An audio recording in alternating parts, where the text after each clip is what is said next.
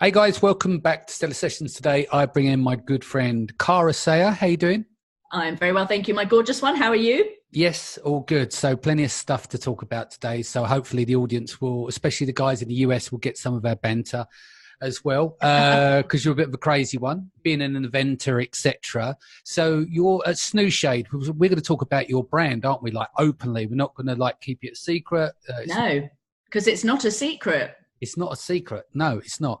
And is it your chief snooze officer? Chief Sleep Officer is my official job title. Okay. I thought Chief Executive Officer was rather boring, so I decided to change it. Yeah. Okay. And so let's kick things off.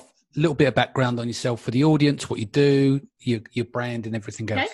So a bit of background on me was that I was a mum, no experience in retail, manufacturing or anything like that. And I had my baby daughter, Holly, who's now a ridiculous 12 years old, although going on 40. Yeah. I wanted, when I wanted to get out and about, I was actually in a wheelchair when I was pregnant, and I had to learn how to walk again. So when I started walking again, I was very excited about that, and I was walking everywhere with the stroller. So I was out with the stroller a lot, and as we do, you sort of chuck blankets and cardigans and all sorts of things all over the top. They fall off. Your coat gets a curb mark on it because you roll over it with the pram. And I just was sitting in a cafe one day with a group of friends. We were all feeding the babies. Everyone was doing the same thing. Looks a bit like putting the bird away in the bird cage. So they're putting a blanket over and a pashmina and a cardigan. And I just thought, this is ridiculous. Surely there must be a product that can actually help babies sleep when you're out, because, you know, you don't want to be stuck at home all day, every day. And I looked online, and I'm quite a voracious online shopper. I do actually have a very busy Amazon Prime delivery driver to my house. Yeah. And basically I couldn't find anything that did the job I wanted it to. So I decided, and I don't even know why, to a certain extent, why it became such an obsession, but I decided I was going to develop a product that was going to help babies sleep and help parents get out and about. And that's how Snooshade first started. Yeah, sounds good. And so every product that you've got now is like, as yourself, you know, you're an inventor of products. You built these from scratch, you know. Yeah, I've developed every single one from scratch. They're not adapted in any way. They are literally, every time I create a product, I spend a lot of time testing it, developing it, you know, doing everything that I can to. Would you could you walk us through your methods in some cases? You don't have to go into graphic detail, but just give the audience a bit of an idea. It's like, when you get an idea, what do you do? Do you just sculpt it out on paper, or do you use CAD? What do you do? Oh, no, I wasn't that flash. So I went to a local fabric shop and I bought some black fabrics. I thought, well, I want something that's going to help us sleep. It needs to be black. Yeah. And it was cotton, which I now know is completely the wrong fabric. And I just sort of basically mocked something up with my very bad sewing skills, and they are very bad. So it just sort of vaguely did the job. And then what I did, and this is what I suggest most people do, is if you're thinking about actually inventing a product, and this is what a lot of people on Amazon do anyway, is you kind of take something that's in existence and then amend it. So I took something, it was a mosquito net that was a sort of universal fit, but I didn't like the way it fitted. I didn't like, there was nothing about it that worked, but it gave me a fundamental structure from which to start from. And that's all you need, really, is a fundamental structure to start from. And so then I just started adding extra bits on, changing the fabric. Everything I use is scientifically tested, safety tested.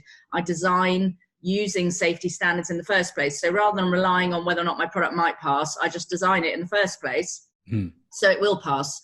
And all my products are designed to be safe enough for a newborn, which is unusual in the baby gear category, because most products are safe enough for a 3-year-old, because that's sort of general safety standards. Yeah.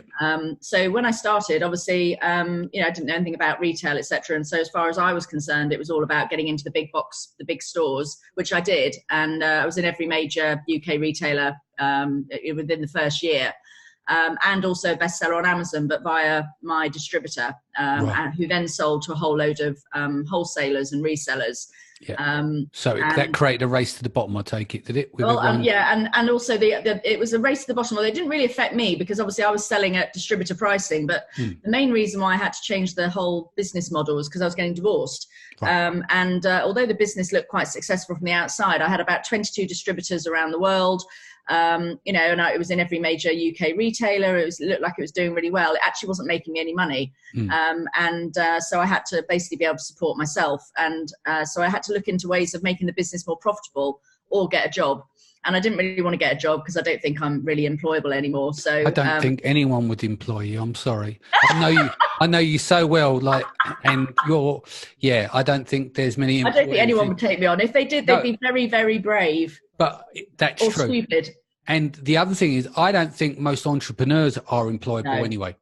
I just think you get to a stage where you literally are unemployable because you do things your way. You only want to work your way to a certain thing, and you can be quite selfish in that respect. How very dare you? But yes, you're right. But it's a tough one. I don't think if I went to try and go and get a corporate job now, I think it's literally impossible for me to get. I've worked in the corporate background and I always struggled. I always struggled with all the brown nosing and with all the sort of, you know, having to suck up to the right people, even though I thought they were crap at their jobs. And, you know, what I love about being an entrepreneur is that I generally get to choose who I work with. And that gives you an amazing amount of freedom, which I love. And, you know, I get to work with, you know, I met you and I've met so many people in the Amazon world who I just, you know, you just click and you're all on the same wavelength. And it's just a lovely, good place to be. And do you know, that's what surprises, going off subject slightly here. This is why with what we do with our events, it's almost like I ban you from wearing a fucking suit and stuff. Because I'm like, people have left their jobs in the corporate world and getting on the train and everything else to then dress up to be someone they're not, or they used to be, to attend a conference or whatever, wearing a fucking suit. Like Look, I've actually dressed up for you today in wearing a t-shirt. Normally I'd just be in a PJs or my onesie. Yeah, I can't. All I can see is the top end of the screen. So I'll show you my t-shirt says. Actually, I think it's actually quite ironic. Can you see it? Allow me to explain. Go on. Allow me to explain why I am right. Nice. So anyway, back on subject. I'm rambling on. Okay. So getting divorced. Yes, go on. And I had 37 resellers on one of my ASINs, and as you say, it really was a race to the bottom. Everyone was fighting on price or prime, etc., etc. And so I just decided that actually, rather than everybody else sort of benefit from it, I created these amazing products, and I should really learn how to work Amazon. And so I'd started seeing all these Facebook ads for, you know, how I was going to live a beach laptop style lifestyle. Oh, that bullshit, Which would be kind of challenging with a 12-year-old who went to school, but hey, you know, we can try. And I saw these ads, and it's like, you know, sell these kitchen spatulas, and you know, you'll be sitting on a beach and just hearing Amazon tick tick tick selling for you. I thought, God, that sounds amazing. You know, I've been doing it the wrong way all my life. What's going on? Anyway, well, as it actually happens, working on Amazon properly is bloody hard work. Yes. And it's a full-time job in itself. But I mean, I have managed to turn the business around considerably in the last 3 years. And I've expanded out, got rid of all the distributors, expanded out to the US, Canada, Australia, etc. And it's really been an absolutely fascinating experience. So when you got to that point of, you know, obviously divorce is tough, everything else, and you're supporting the little one, where did you start that process? Like, you didn't know anything about Amazon, and it's quite a tough gig to be selling big box stores. You've got the returns policy of these stores. You know, there's a lot of cash that ends up sitting out there for longer period of times. I mean, what was your 30, 60, 90 days net? What was the... Oh, God. I mean, do you know what, though? It really makes me laugh, okay, because people who sell on Amazon a lot of them haven't got a bloody clue about the real world, because I used to sell to John Lewis, for example, and I'd be selling to them at about 60% margin, and then they charge you an 8% payment fee for the fact they pay you on time on 30 days. I mean, my normal like reseller, retailer margin would be about 42%. And I've also got to individually pat them out, sort out, invoice, do all the rest of it. And you know, and then I had a distributor who dealt with all the big boys, and I still have one. I have a distributor who still deals with. I still sell in Boots, and I sell to a couple of other bigger retailers directly now. But you know, but honestly, I mean, the margins you make are selling. I mean, I was making like £1 a product, and on Amazon I make about £6 a product. So, and I'm just shocked at the naivety sometimes of the fact that people seem to think it's easy and it's going to be like a massive money generator in the first 5 minutes. But that, I think what's happened is the scumbags in this industry have set the tone that way. That's the problem, is that let's be honest, in any walks of life, it's going to attract the attention. If you say, right, you can do it the hard way or the fast way, like the quick way, which way are you going to take? You're always going to take the fastest route to something generally, if you can. But it's just the misselling of the dream. That's what makes me cross, because it's the fact that, it's a real business. If you do it properly, it's a real business. There's pluses and minuses to everything, but this sort of constant selling of achieving a successful business, and to be successful, I'm talking, really six figures, because otherwise it's probably not worth it. Then you've got to put the effort in, you've got to put the work in. Yeah, no, totally. And so just going back on the 30, 60 days next, interesting, John Lewis. I know I don't do retail. I speak to other people that do retail, but the audacity. Would you like to be paid on time? There's 8% surcharge. Yeah. Being charged to be paid on time is incredible. And you go, oh yeah, lovely. Go on, I'll take that money on time. But then the other side of it's quite funny is I also do work with Vendor Central, and they have a system with one of my products, and they have I think I get paid 90 days, but it's 90 days after the first day of the month in which you invoice. So, it's 90 days after the end of April if the invoice was on the 1st. Yeah, so 90 days end of month rather than net is what you're saying. Probably, yes. So basically it's 120 days. But every now and then they send around this email, there's this company, and they basically will pay you early for a percentage. Yes. And they can't understand why I don't want the money, because I'm like, no, I'm quite happy, thank you. And they're like, well, don't you want it early? No, I quite like it because it's sort of cash flow that sort of sits floating around, and I know it's going to come in a bit later. Yeah. I think they keep emailing me every now and then. I'm going, no, seriously, last time I said no, I meant no. And I don't know how many ways I can say no. Yeah, I mean, with Vendor Central, very rarely do I not hear horror stories. So you're operating with them. How's that going for you? Yes. It's an interesting scenario. I mean, it's very difficult to get hold of a human being at Vendor Central, and they're very keen to get you on board. I mean, they begged me to come, to work with them, and I do like working with them, in terms of it's a different, I don't know, I just like variety, I suppose. So it's a different angle, that's all. But it's really difficult to get hold of someone when there's a problem. I prefer Stella Central, actually, for all that I may have shouted and got many a white hair from having to deal with Stella Central. I actually do prefer the control levels that you have in Stella. Yeah, no, it makes sense. So let's break it into Suing. You're now suing one of the major retailers in the UK by the name of Aldi. They actually have stores in the US as well. So they do as well. So for those who are listening, Aldi, what would you say is more like the budget end of things, isn't it, in terms of like food grocery store? Oh yeah, it is. It's Aldi. I mean, they've got stores in the US, and they are. You see, the interesting thing is with the Aldi shopper. Actually, if you look at the profile, the demographic, you'll see they're actually quite middle class. Right. Because that's what's happened is the Waitroses, the more upmarket sort of supermarkets have lost a lot of traffic to the Aldis and the Lidls. Yeah. But yeah, it's effectively budget level a supermarket chain who thought that in their who I'd actually met at a trade show. So I met them in 2017. They gave me their business card, and suggested that we did a promotion together in 2017 in April. And then in April 2019 of this year, I got sent a photo of a product that looked amazingly identically similar to mine, bestseller, that was in the Aldi catalogue for a baby promotion. Nice. And so walk me, if you can, I'm sure it's under litigation at the moment. No, it's fine. I can talk about it because at the end of the day, it's fine. I mean, can we unravel this? Because obviously as someone who's made their own products and, it's rife in what goes on in China. I mean, even with it just Nike shows you and Apple. China it happens in. Yeah, I mean, it's going to happen in China. Even like Apple and Nike struggle, and they've got the best defense team in the world. So for in respect to you, little old you, with your boutique, your boutique brand, you going up against the might of Aldi. Talk me through this. I basically just decided that they weren't going to bully me. So what actually happened was I kind of got forced into it, which is quite a good thing because I'm quite good when I'm put in a corner. So what happened was I posted on my private Facebook group, which is my private Facebook page, which is private. So you can't see it if you don't know me. Yeah. And I posted about it to my friends. And then one of my friends decided to take a screen grab of it and post it on Twitter. So the minute she did that, I thought, oh, do you know what? The gloves are off now. So that was it. I then created like an image. I said, look at this, spot the difference. And I played a game where it's basically like spot the difference between the two. One is like a multi-award winning mum invented product with a huge safety record. And one is a half the price copy from Aldi.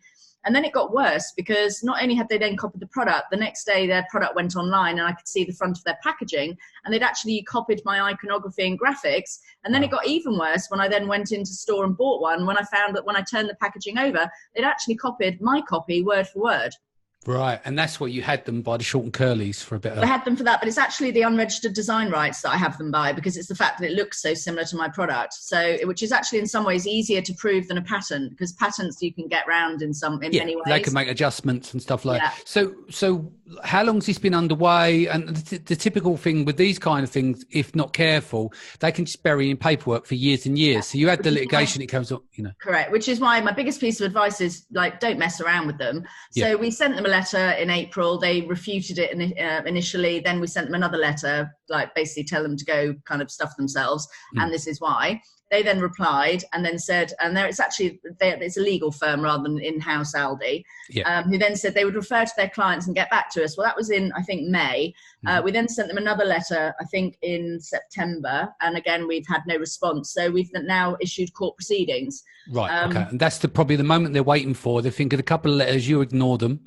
And now you've issued court proceedings, they have to respond, right? Correct. Because the thing is, that's the one thing with the legal system a lot of people don't realise is, you, like, don't waste your money on a lawyer who's going to send lots of letters. There's no point. Because if you've got a good case, actually, at the end of the day, the only person you want to get it in front of, if they're not going to respond to you, is a judge. Yeah, exactly. And so what's the date set for this? Do we know? We've just literally issued court proceedings last week. So we're waiting for the actual date, etc. And what is your expected outcome? What do you want to get from this? Because at the end of the day, is it loss of sales or what? No, I mean, to be honest, I've done really well out of it. I'm not unhappy about the loss of sales per se. But what I am concerned about is the fact that there is this sort of attitude from big corporates that they can just take smaller businesses' ideas and then copy them, and there's no punishment, and there's no and unless you are prepared to go as far as I have, which is to take them to court, then they rely on the fact that a small business is going to be scared of them and therefore will probably back off and just leave it. Corporate bullying, basically. Yeah, and actually it is bullying, and I'm a big anti-fan of bullying, and interestingly enough, I've had so many people contact me since I've made it public who have said that their product or their business has been copied in some way by either Aldi or other retailers, etc. And I just think it's becoming more and more common. And I think one of my plans for next year is actually to work on trying to campaign, once all this election rubbish is over with, is actually to campaign to do something about the legal system, because I actually think there should be something in place which is a little bit, and having been through this process myself, a bit like a divorce, which is that when you get divorced, you're not actually allowed to go to court unless you've undergone mediation and actually tried to get in a room and talk about it and tried to solve the problem yourselves. Unless there's it's different in divorce, unless there's very good reasons why you don't do it. But there's no reason really why Aldi shouldn't get into a room with me. When I went on the BBC One show in April, I was on Channel 5 News, and Aldi was quoted as saying, yes, we'd be happy to talk to Cara. They've never even contacted me once. Put PR nonsense. So they're not interested, and they're just being arrogant, and I don't like arrogant bullies. Yeah, no, that's fair enough. It's just I don't know like where you are, and I will not ask to disclose the sum, but I'm just wondering, like, I think they also rely on is that you run out of cash. It's like it's not like I'm not going to be asking for life-changing sums of money, and I've already put an offer in which was actually very reasonable based on what they've done, and they have basically turned around and said, like, we'll get back to you at some point in the future. Very vague. And so they're clearly not going to engage, and that's okay. But then in which case they'll have to engage when it comes to the court. And the problem is also the court will not look favourably on the fact that they haven't actually wanted to engage. That's the stupid thing. They're out before the data come. The chances are they're going to offer you some lowball offers, aren't they? Out of court settlements up to the date, so you don't walk in that courtroom and try your mettle from there, probably. Yeah, well, I'm afraid they picked on the wrong person. I wouldn't want to mess with you.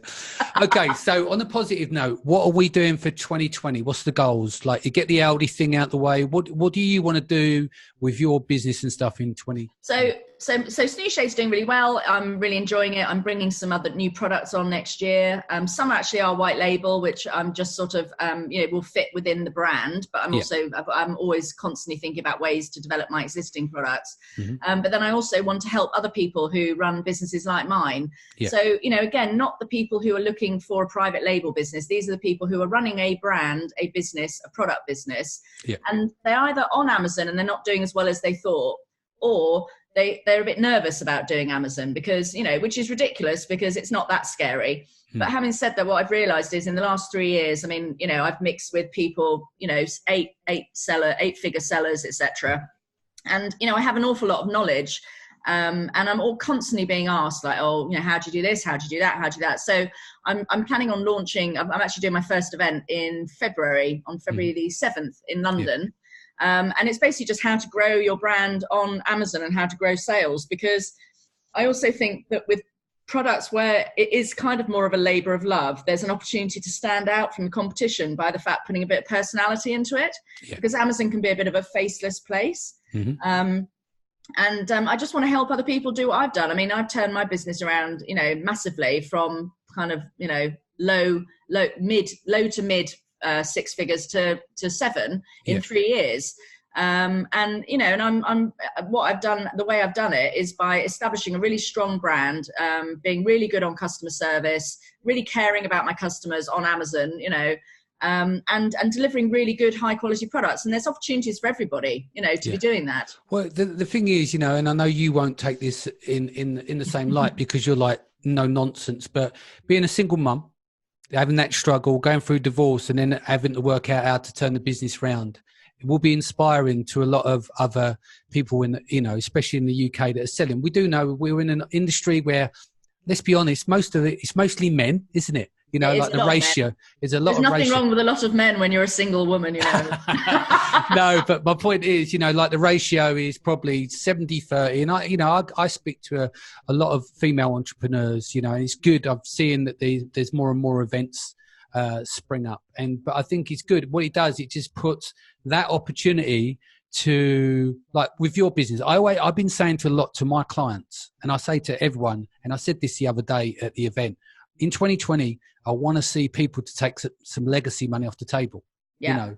Take your brand, sell it if you can. Sell it, basically take some money off the table. That puts some historic money away for you and your family, and you can just go again, And I want to see more and more of that. And as I said, as a single parent, like my mum brought me up as a single parent. She struggled as a kid, dropped me off at child Mondays and working full time. So I've got a lot of respect for you for that. No, interesting enough, I'm probably of the opposing view, which is actually Snoo Shade is my legacy, but it's a long-term legacy. Yeah. So I'm not planning on exiting anytime soon because I'm actually really enjoying it. And I love what I do. And I think the day I don't enjoy what I do is the day I'll think about exiting. Yeah. But I would certainly encourage other people if that's what they want to do it. But the only reason I say it is that as well, and you love what you do. I love what I do. My thing is when I say it to you is that there's a right time to sell. Yeah. Right. And you want to do it at the peak. What you don't want to do is start to think about selling as you come down off the back of the peak. Yeah, and what I'm saying to you is, what you're doing, you can go again.